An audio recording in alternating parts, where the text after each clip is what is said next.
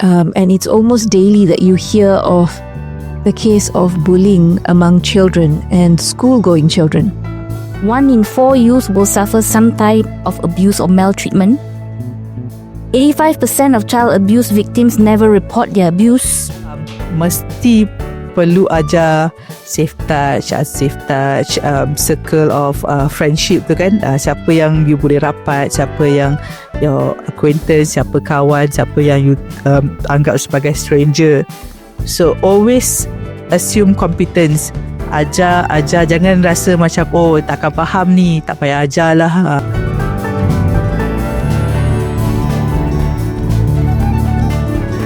Hello, selamat datang ke Kita Family Podcast. Hari ini kami merakamkan episod ke-73, ya? Ya, betul. Okay, episod ke-73 di mana kami di sini di Kita Family membincangkan perihal yang berkaitan dengan makna serta kepentingan hidup bermasyarakat, menghargai keunikan dan kepelbagaian sesama kita dan meraihkan masyarakat yang berbilang agama, kaum, kepercayaan rupa dan juga keupayaan. Kita menghargai hidup secara inklusif yang mengambil kira segenap keperluan segenap lapisan masyarakat, terutama mereka yang kurang atau berkelainan upaya. Selamat datang ke episod ke-73 bersama saya Anit. Di studio adalah Desiree. Hai. Dan di Kota Kinabalu, kami juga privileged to have Didi here with us today. Hai, Assalamualaikum, salam sejahtera.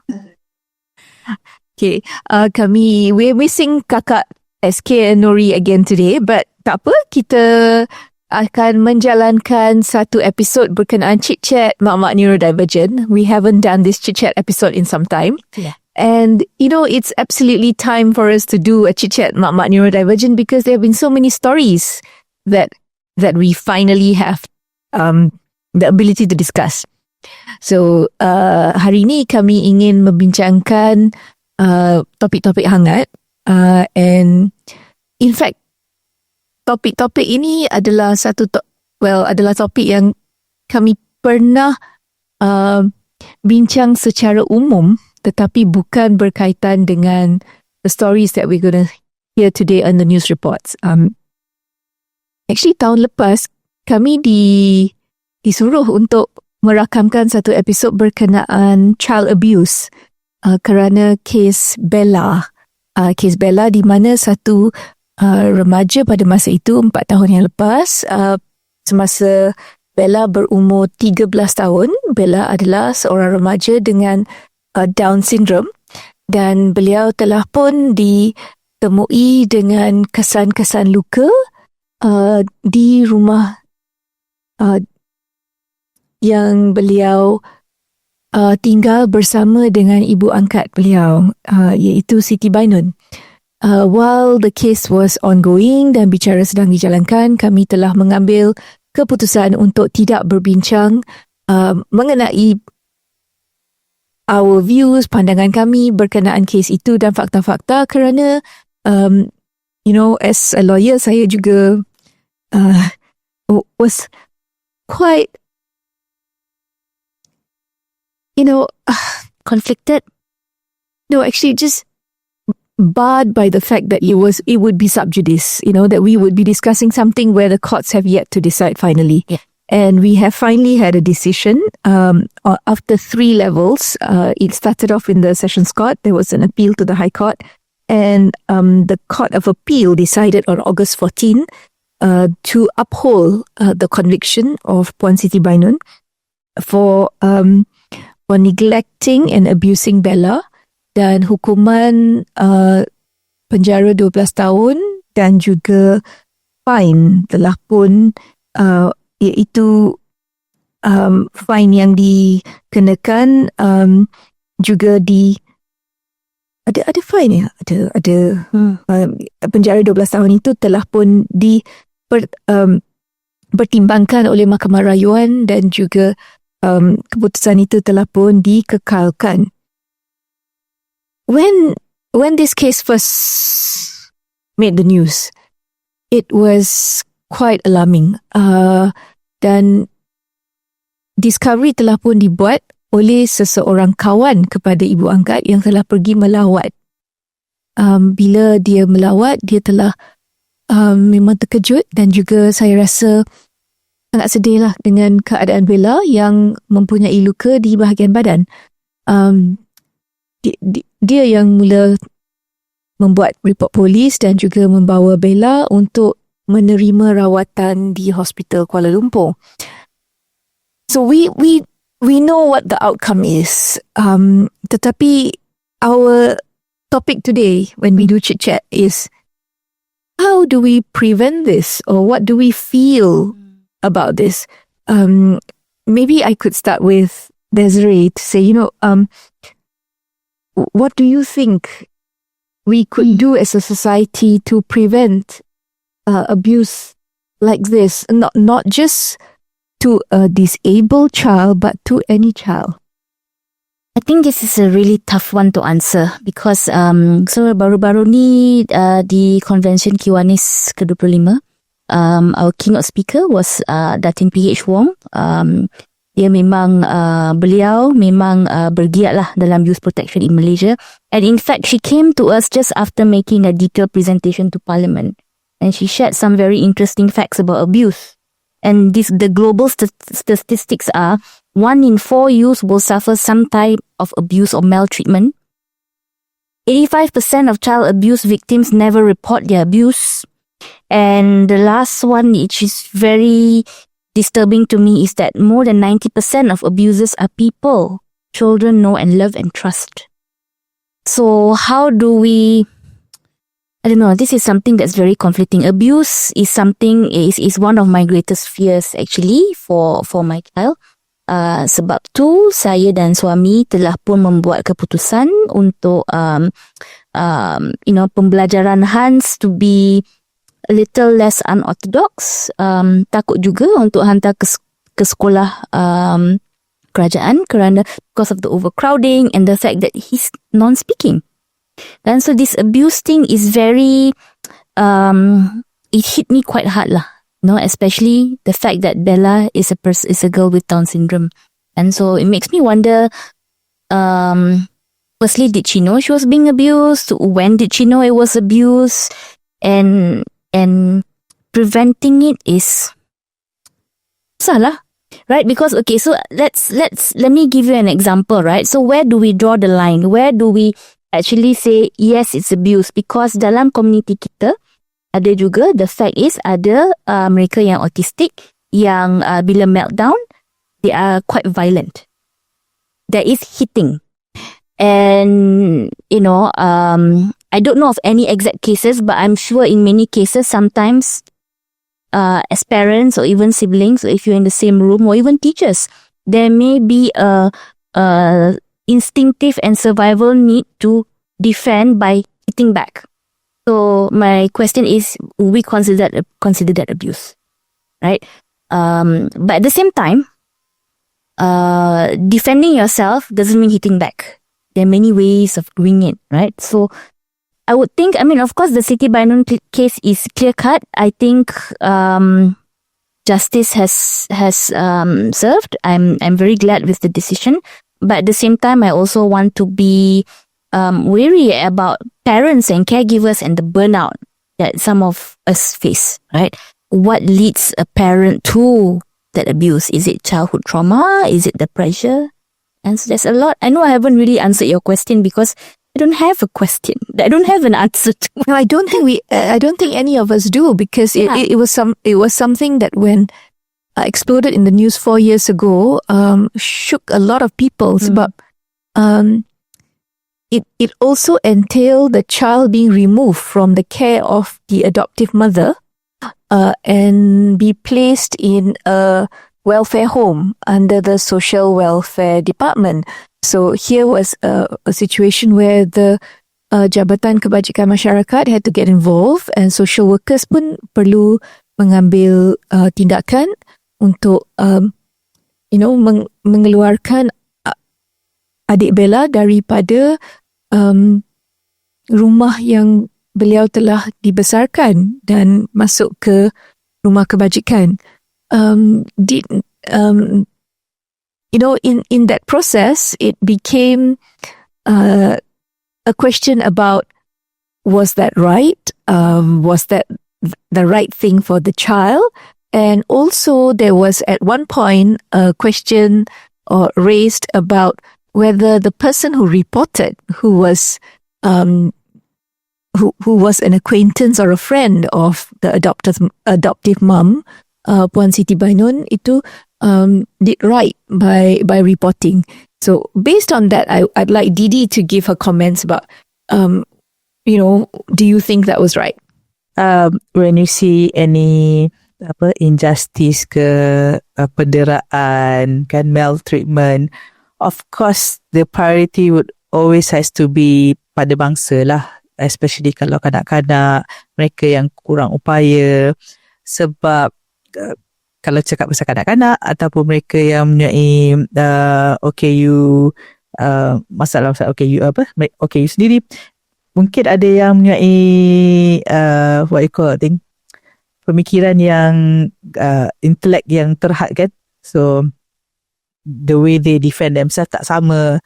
Dan dalam kes ni, kan, because Bella diambil dari JKM sebagai anak angkat, so it's by choice, so I don't know, dengan JKM ada mekanisme ke kalau macam kita dah ambil seseorang anak sebagai anak angkat, tapi at some point tiba-tiba you rasa you dah tak mampu, bolehkah dihantar kembali kepada JKM? Tapi that's the thing, ini kalau ada option, and sebab kan you make the decision, you nak ambil untuk you jaga. Kalau kita yang melahirkan anak ni selalunya macam okay, anak kita dan kita tak ada choice dan kita perlu jagalah anak kita, kan, walau apa kondisi sekalipun. Kemudian macam Anit cakap tadi, seorang kawan yang membuat laporan tentang satu kesalahan yang dilakukan oleh kawan sendiri. Of course, macam mungkin akan ada konflik lah, macam rasa macam this is the person that I know for so long, rasanya dia tak sanggup buat macam tu, this is not her. Ataupun macam, would I be a bad friend kalau kita report kesalahan yang dilakukan oleh kawan kita, kan. Tapi at the same time, kena fikirlah keselamatan, nyawa, kesihatan mangsa, kan. Kalau kita nampak satu penganiayaan ni, tolong untuk kita utamakan mangsa, selamatkan dulu, sebab walau apa, sebab untuk dijatuhkan hukuman salah tak salah tu, itu memerlukan siasatan. Tapi yang paling penting, laporan tu membantu untuk mangsa itu dikeluarkan daripada keadaan yang tidak selamat dan diberi bantuan lah, rawatan dan perlindungan yang diperlukan pada ketika tersebut. Jadi please, walaupun you rasa bertanggungjawab sebagai seorang kawan ataupun sebagai ahli keluarga, kan, kalau kita nampak yang melakukan kesalahan itu adalah ahli keluarga kita sendiri ataupun pasangan kita sendiri ataupun anak kita ataupun ibu bapa kita sendiri, saya mohon, kalau kita berada dalam keadaan sebegitu, utamakan mangsa dan biar pihak berkuasa untuk melakukan siasatan. Jangan kita ambil tindakan. Bukan kita yang ambil tindakan macam maksudnya menjatuhkan hukuman, kita yang pergi nak pukul orang tu balik ke apa. No. Involvekan pihak berkuasa. Yeah. So in this case, memang adik Bella itu ada kesan-kesan luka, kesan-kesan penderaan. So, it could be a teacher. I think that's what we're trying to get at. It doesn't need to be a friend. It could be a teacher. It could be someone, a neighbor. And when you see any sign of abuse, and if you cannot help the situation, if that parent is in a bad mental state, there can be help that is offered. But otherwise, the rights of the child and the welfare of the child is very, very important, kan?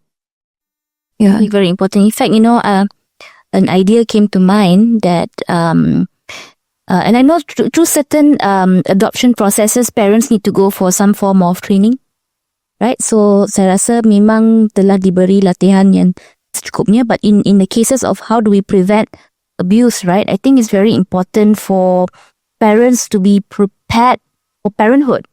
So for example, like, the courses that you need to go for if you want to open a taska, right? Program Asuhan or something like that. I can't remember what it's called now.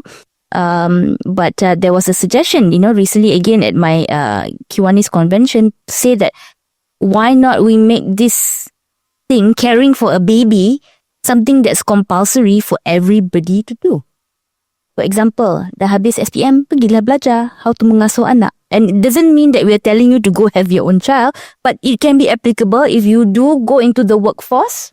Boleh je, you can go and work as part-timers at daycare. So having that knowledge on how to look after a child, I think that's very important. And I think a lot of parents maybe not so willing to admit it, but I'm proud to admit it now that I was completely unprepared for parenthood. To look after an infant, right? So I think latihan, as we always say, right? Latihan. When our kid is autistic, when we're divergent, we go and learn, right? But we also need to learn how to look after a baby when he or she is born.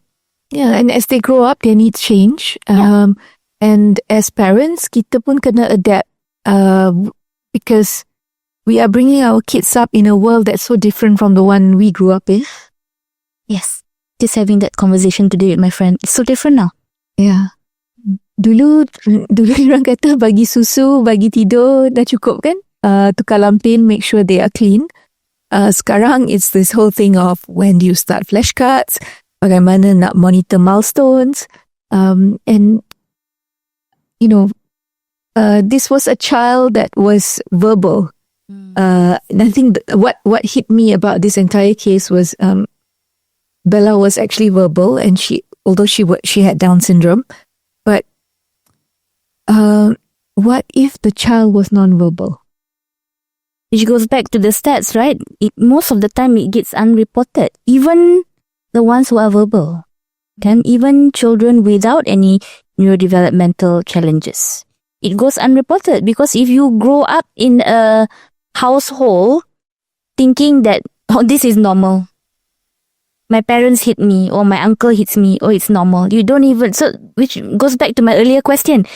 In the first place, when it started, did she know she was being abused? Because I think in a lot of cases as children, they don't know any better until they are told, hey, this is wrong. And it takes a lot of courage to teach that child that, hey, you are being abused. This should not be happening to you. I do think now in some primary schools, they already give children awareness on good hit and bad hit and what is a good touch and bad touch. Safe and unsafe touch. Safe and unsafe touch. So memang ada program kesedaran yang dijalankan di sekolah kebangsaan bagi anak-anak yang hadir di sana. Dan I think in PPKI pun ada juga, tapi tahap pemahaman murid-murid yang hadir ke PPKI again is something that perhaps we are not able to ascertain. What do you think, Didi? So of course, setiap kanak-kanak doesn't really matter whether they are PPKI, even di mainstream pun, kematangan dari segi intellectual dan kematangan dari segi umur pun memang akan berbeza-beza lah antara kanak-kanak tu.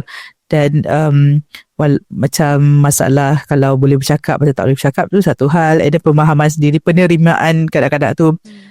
Sebab kadang-kadang benda ni not just pada kanak-kanak, pada mangsa kan, bila mangsa didera oleh orang yang mereka sayang, mereka percaya, like Desiree said lah, they wouldn't know any better that ini benda yang betul ataupun salah kan. So depends on their pengalaman, experience, apa yang jadi daripada kecil sampai besar. And selalunya abuser ni dia pun bijak, mereka akan melakukan pada mangsa-mangsa yang risiko untuk mendedahkan jenayah mereka tu sangat rendah. Itu yang mereka berani.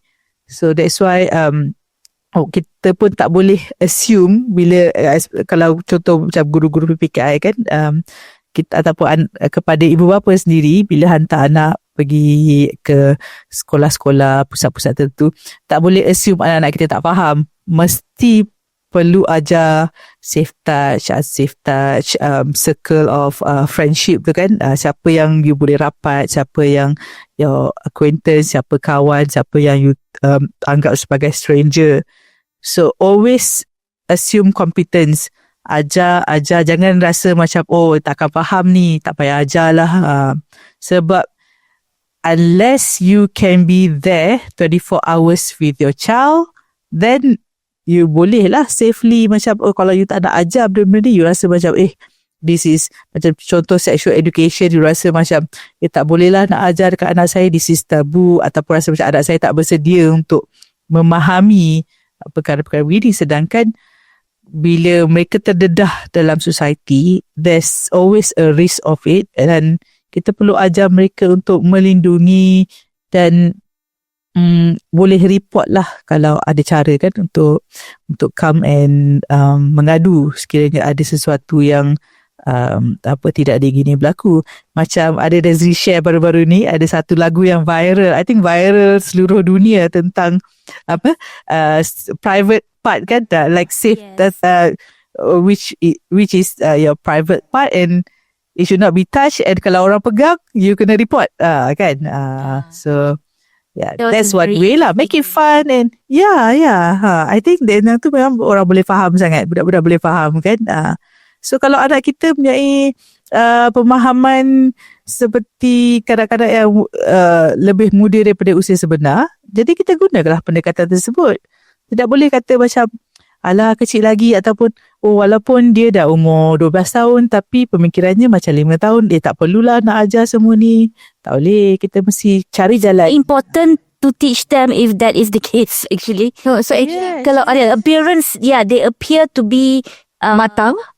but they are actually their mental age is not there, and that makes them more vulnerable to predators. Absolutely. Yeah, there is actually one pretty good resource for safe touch actually. So ada dua buah buku actually. One is English, one is BM, diterbitkan oleh Makcik, MAKCHIC. It's called What If, and in Malay it's called Bayangkanlah, and it teaches you on safe touch. And boleh juga digunakan untuk anak-anak kita yang neurodivergent, because if you ask me, it's like a social story, right? It's picture based, very short sentences.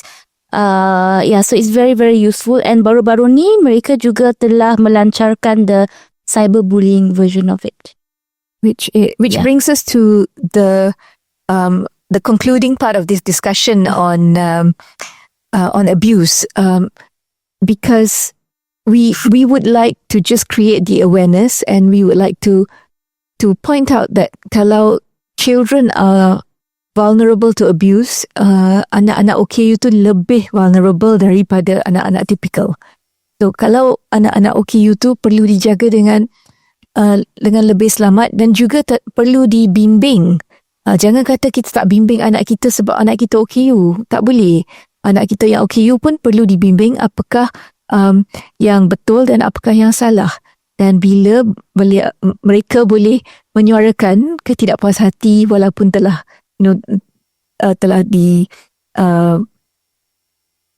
harapkan tidak jadilah untuk mereka kalau ada kes penderaan ataupun kes yang menyebabkan mereka luka ataupun menghadapi kecederaan.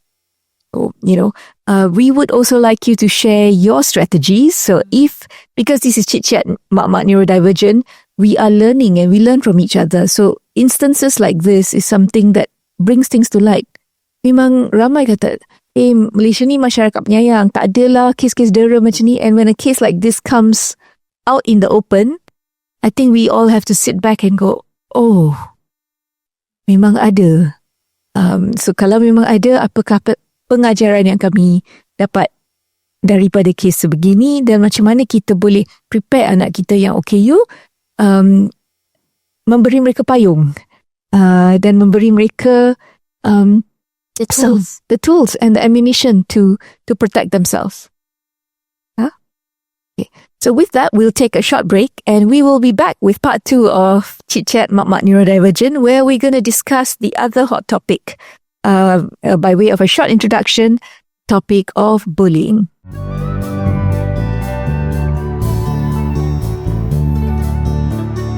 Selamat kembali ke episod ke-73 ChitChat Mak-Mak Neurodivergent bersama kita family. Sebelum kami took a short break tadi, we discussed the case of abuse. We are now going to move to a realm of what we've been seeing daily in the news for the last month actually, and it's almost daily that you hear of the case of bullying among children and school-going children. When bullies are identified, there is a lot of pushback as well, because most of the time when it comes to school-going kids, orang yang dibully dan orang yang kena bully are kids. They are children. And as much as we've been hearing about neurotypical kids and then kesan sampai mereka kena luka and mereka juga didera, it is alarming because for us as parents of neurodivergent children or OKU children, kami tahu anak kami adalah lebih susceptible dan akan menjadi bahan yang akan kena bully lebih daripada anak-anak neurotypical. So when we discuss this, we would like to now create some awareness on what it is actually like. So, and this is just going to be a short introduction. We will probably discuss this in another episode, but because it is trending and because memang ada banyak news, kami perlulah membincangkan sebagai mak yang sangat bimbang dan risau dan hari-hari berdoa supaya anak kami dilindungi. So, do we start with Didi or Desiree? Didi lah. Tadi Desiree dah start. So Didi, macam mana? What are your views on what parents can do and how to be a bit more aware about things that happen around them in school? Well, for someone yang memang ada experience dibully sendiri, so of course memang rasa sangat takut lah. Tapi communication antara ibu dan anak tu sangat penting supaya anak menjadi terbuka untuk berkongsi masalah apa yang terjadi, any crisis that happen in the classroom, dan kita juga menggalakkan anak untuk berkomunikasi dengan guru. Jadi bila sesuatu yang tidak diingini, contoh ada perkara yang buatkan anak kita tak selesa, ini ada pengalaman saya bersama anak sulung saya, Afia, di mana ada sekumpulan pelajar dalam kelas dia menggunakan perkataan kesat yang menyebabkan dia tidak selesa. Kemudian of course the kids dapat tahu yang Afia tak selesa dan mereka buat lagi saja nak trigger. So bila Afia beritahu saya dan saya cakap, Afia, perhaps you can go and report to your teacher. So teacher pun ambil tindakan. Tapi bila teacher ambil tindakan, dengan menegur lah pada these kids, janganlah lagi kan menggunakan perkataan-perkataan tersebut. Jadi target lah pula kan, macam you were the one who reported me.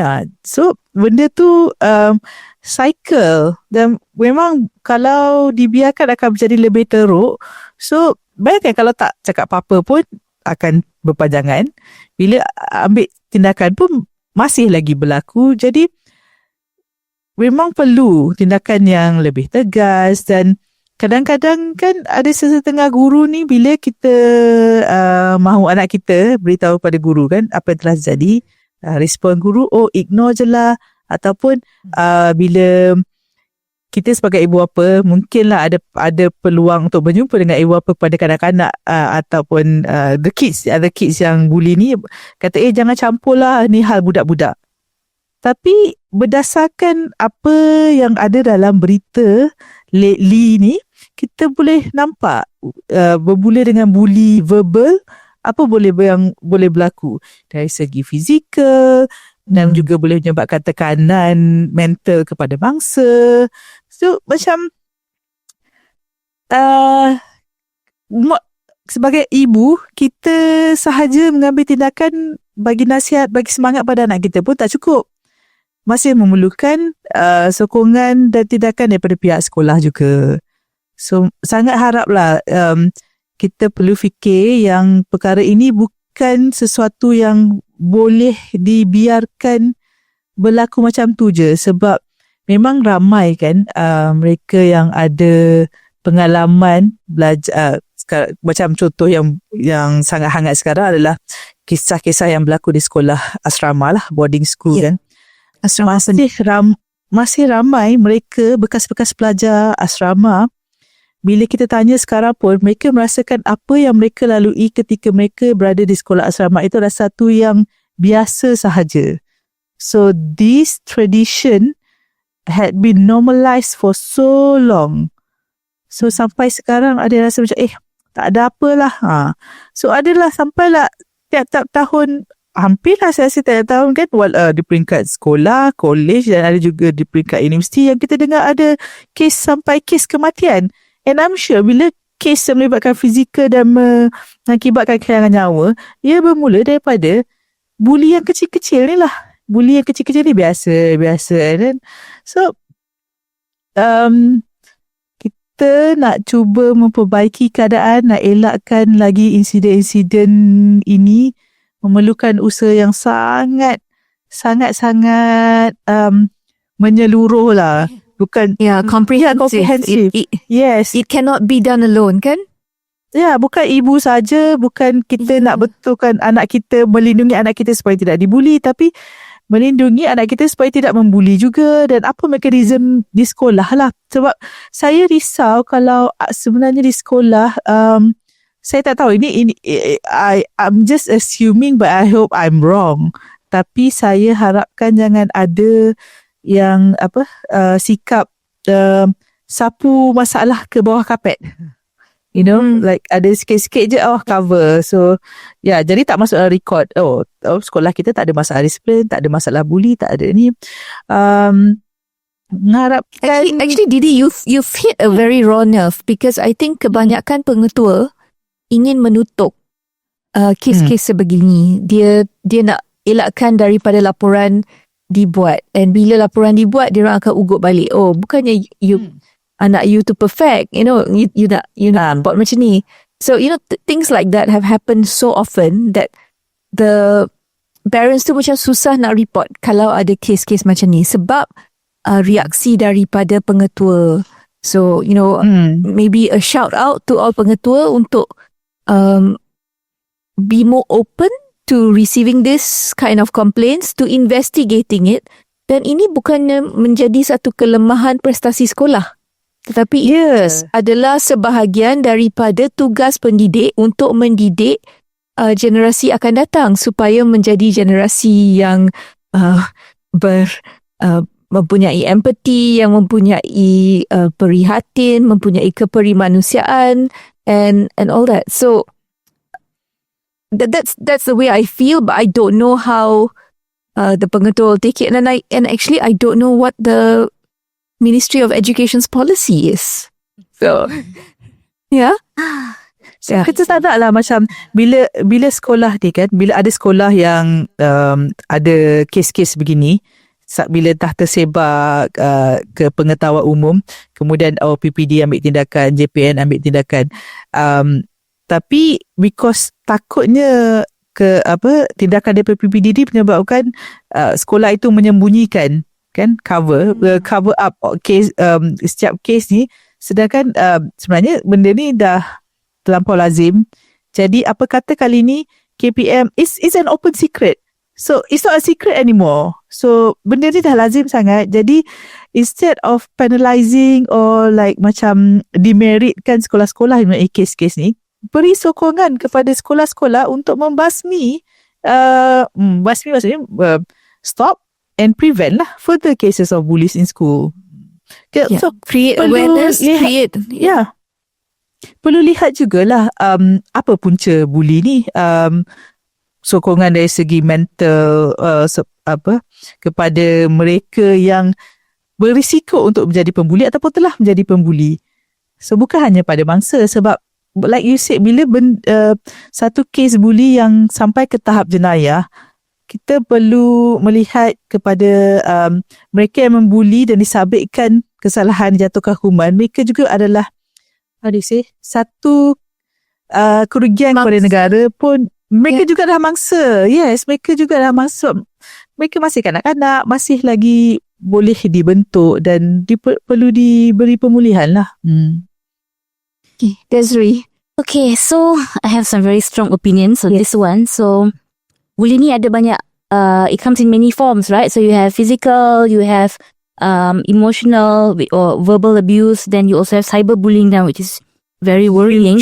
Yes. But none of it is okay.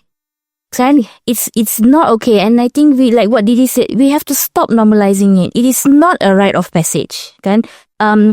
Doing mischievous things to your friends is not bullying lah. So for example, like, you know, those days, maybe zaman ibu bapa kita dekat boarding school, dia main dengan toothpaste ke bila their friends are sleeping. Those are just pranks. Yeah. But over the years, it has turned into bullying. Then there was this term ragging at some point. I don't know whether it's still used, the term ragging, right?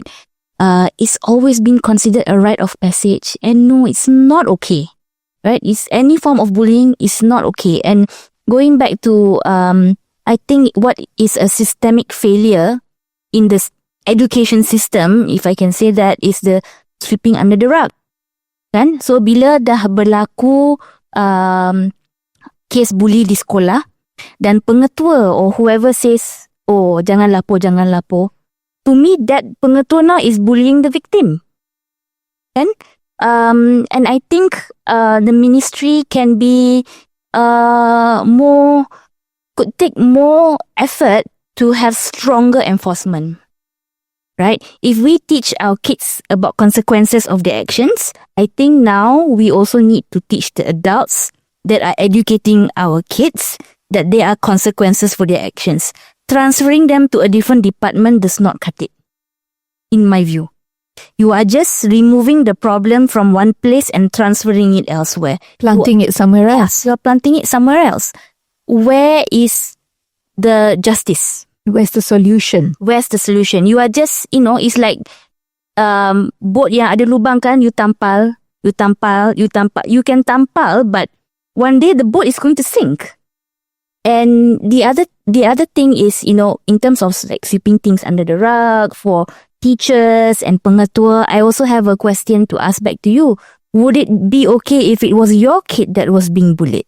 Would you sweep it under the rug then? Would you say jangan lapor? Jangan ambil tindakan? Tak apalah, ni biasa je budak-budak. Yeah, so again, I think the Ministry of Education, Kementerian Pendidikan perlu adalah program awareness yang lebih dan bukannya slogan sahaja ya, bukannya suruh budak-budak shout slogan masa perhimpunan, oh kita anti-bully. That's not going to solve it. No, but that's what happens, right? The next thing you will have a song, oh kita jangan bully. Will that solve the problem?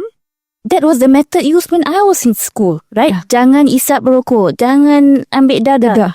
But that just made the kids want to do it even more. I'm sorry, that was the reality in the school that I went to.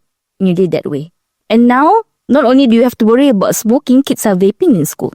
Oh, so slogan ini maybe it's not the right way. There has to be a more concerted effort to make schools safe, to make schools inclusive, and to make schools a place where a child can grow. It's never been an easy task, but I want to pick up from something that Didi started with. But Didi kata Didi pernah menjadi mangsa bully, and Didi, I want to ask you, did you manage to communicate that to anybody? Siapakah menjadi sokongan Didi masa Didi mengalami benda ini, dan maybe as a previous victim, what would be something you would want to share with others? Because firstly, I applaud you because not many people will want to come and say I was bullied. Yeah. I was verbally bullied. At that time, some of my close friends, they did realize that I was bullied. I was name called for almost the whole of 2 years I was there. But the thing is, I did not report it to anyone. I don't know. Perhaps at that time I thought like, even if I report it, I didn't even consider it as a bully because there was no physical involved, And then I don't know, I think because my relationship with my parents also tak macam the communication lah. That's why now that I feel that I have a very open communication with my children. So macam masa tu rasa macam if I think kalau cakap pun I yang macam foresee, if I tell this to my parents, they would say, biasalah budak-budak, it's nothing, tak ada apa. So, and then because tak ada kesedaran kan, this is also bully, you can actually report it. But the thing is, I did do something about it at one time, because ada ramai yang name called me, but there's one boy who stood up because whenever I passed through his class, because I had to pass through his classroom lah to go to my class, he would shouted at me, and after a while, one day I went into his classroom and just stood in front of his desk, and that made him stop. So macam, it just shows that diorang ni bukannya berani kalau ni kan, but I was macam sedih lah thinking back that how it affected me bila name called tu, it lowered my self-esteem, and then like I was like why, like I was like wondering why it happened, and then when someone actually told me why it started, it was a very ridiculous reason also. Macam but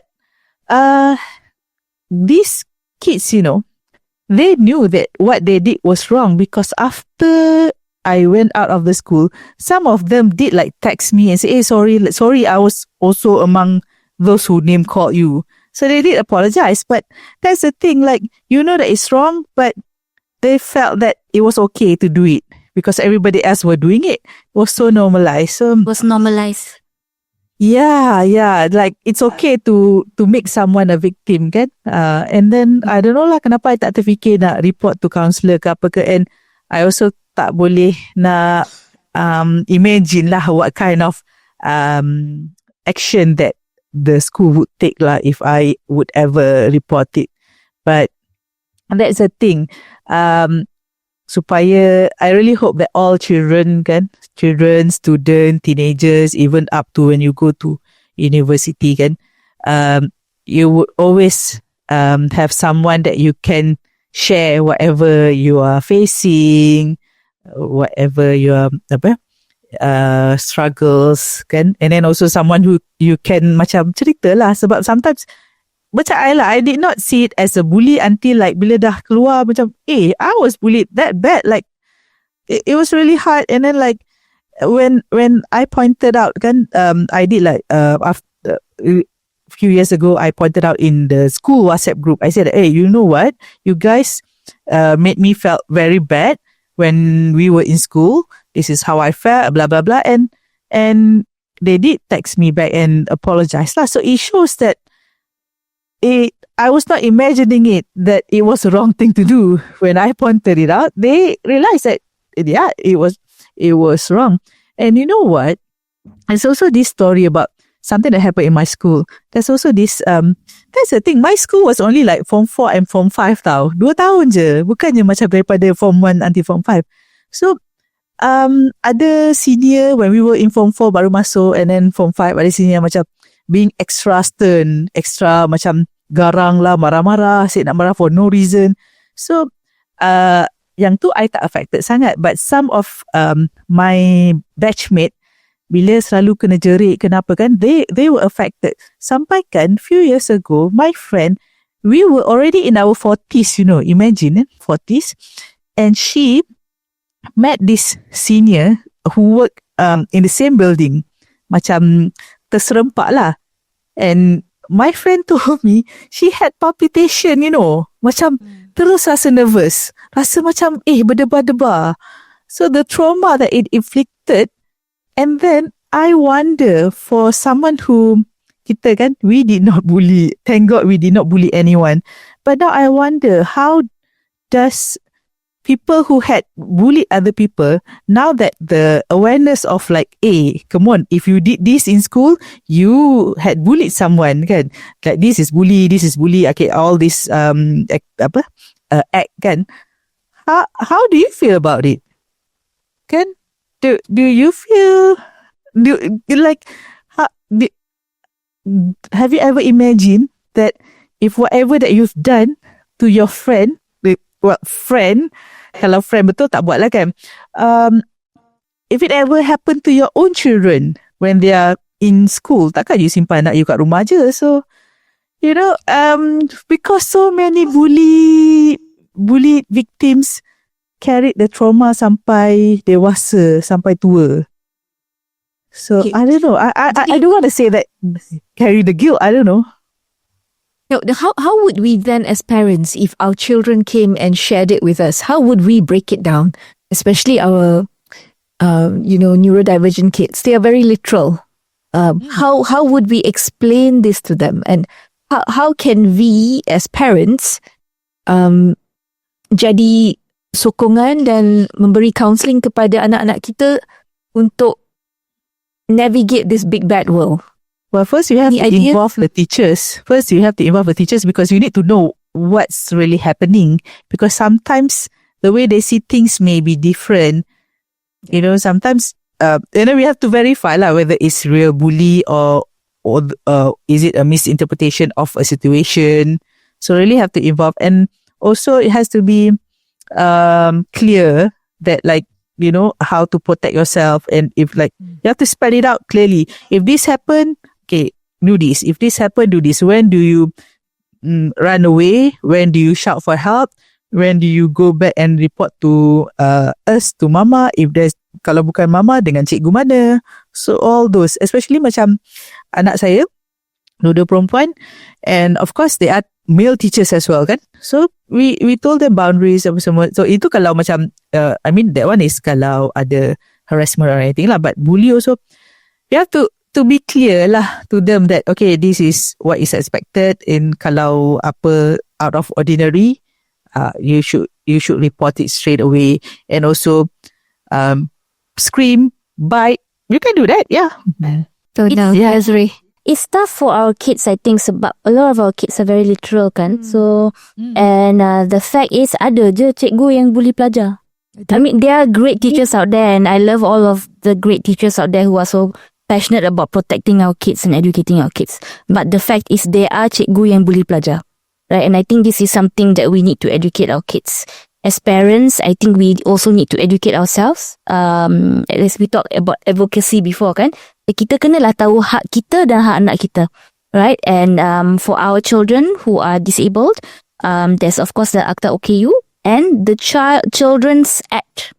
The Child Act also applies to our children, anyone below the age of 18. So whether it's a case whether child tu dibully atau child tu adalah yang pembuli, that act is there to protect their rights as children, but not to let them escape any consequences if there is a crime. Correct me if I'm wrong. Absolutely. I'm quoting and the lawyer is looking at me. Yes. No, and I think there's an avenue that a lot of people don't quite exercise. It is Suhakam, which is our human rights commission, Suruhanjaya Hak Asasi Manusia, di mana ada pesuruhjaya kanak-kanak. There is a team now. There's more than one, and I think there are 3. The most senior there is Dr. Farani Dusuki, with Melissa and somebody else. I apologize, I've forgotten the name. But ada Suruhanjaya kanak-kanak dan ada laporan yang boleh dibuat kalau siasatan yang lebih lanjut perlu dibuat. Mereka boleh membuat siasatan juga. So there are avenues available, and really there are also avenues available for you to report kalau sekolah tak ambil tindakan. Sebab guru besar sepatutnya mengambil tindakan. We don't want more sweeping under the carpet, tapi perhaps right now when they keep saying, oh kita perlu ada hari tu yang Amat Berhormat Perdana Menteri kata kita mungkin perlukan tribunal untuk bully. kita perlukan undang-undang yang lebih. In the end, it all stems from didikan, from home, and from what we teach in terms of values and the values that any school that they go to carry as well. And anything else to add while we discuss this, which, it's such a big topic and we are just scratching on the surface. Memang tak pergi pun dalam mendalam because there's so many things like Desiree wanted to discuss pasal macam mana orang kena bully, apakah sifat-sifat orang pembuli semua tu. We'll definitely need another episode and we look forward to doing it with Nori and Kakak SK as well. I think my last message would be to get support. We always say this to the people in our community, right, of caregivers, care partners. When it comes to bullying dan sekiranya ini membuat laporan and it needs to be escalated, always have enough evidence, collect whatever data, messages, gambar-gambar semua, keep good records. And if you're going to escalate it, find your support system that's going to help you see it through sebab, when it involves different levels from sekolah ke PPD ke PPN dan sebagainya, it may feel a lot of the time like you want to give up. So that's why the support system is so important. Any final words, Didi? KPM, well, do not, macam saya cakap lah, jangan demerit sekolah-sekolah yang membuat laporan kan tentang kes-kes bully yang berlaku di sekolah masing-masing, because this is a time, come on, we have to do something because we want school to be a safe place for the kids to learn and grow, so yeah, please. I think I have one wish, and it's because social media is so huge now. There are lots of videos of being posted also of bullies and orang kena bully. I pray that MCMC or the Multimedia Commission will take down such videos because on social media it becomes normalizing something that is wrong. This is offensive content and content has to be regulated as well. So that would be my wish list. Okay, we thought it was going to be a short episode, but we have actually gone above and beyond, but that just shows there's so much more to discuss. We look forward to discussing more with you in our coming episodes.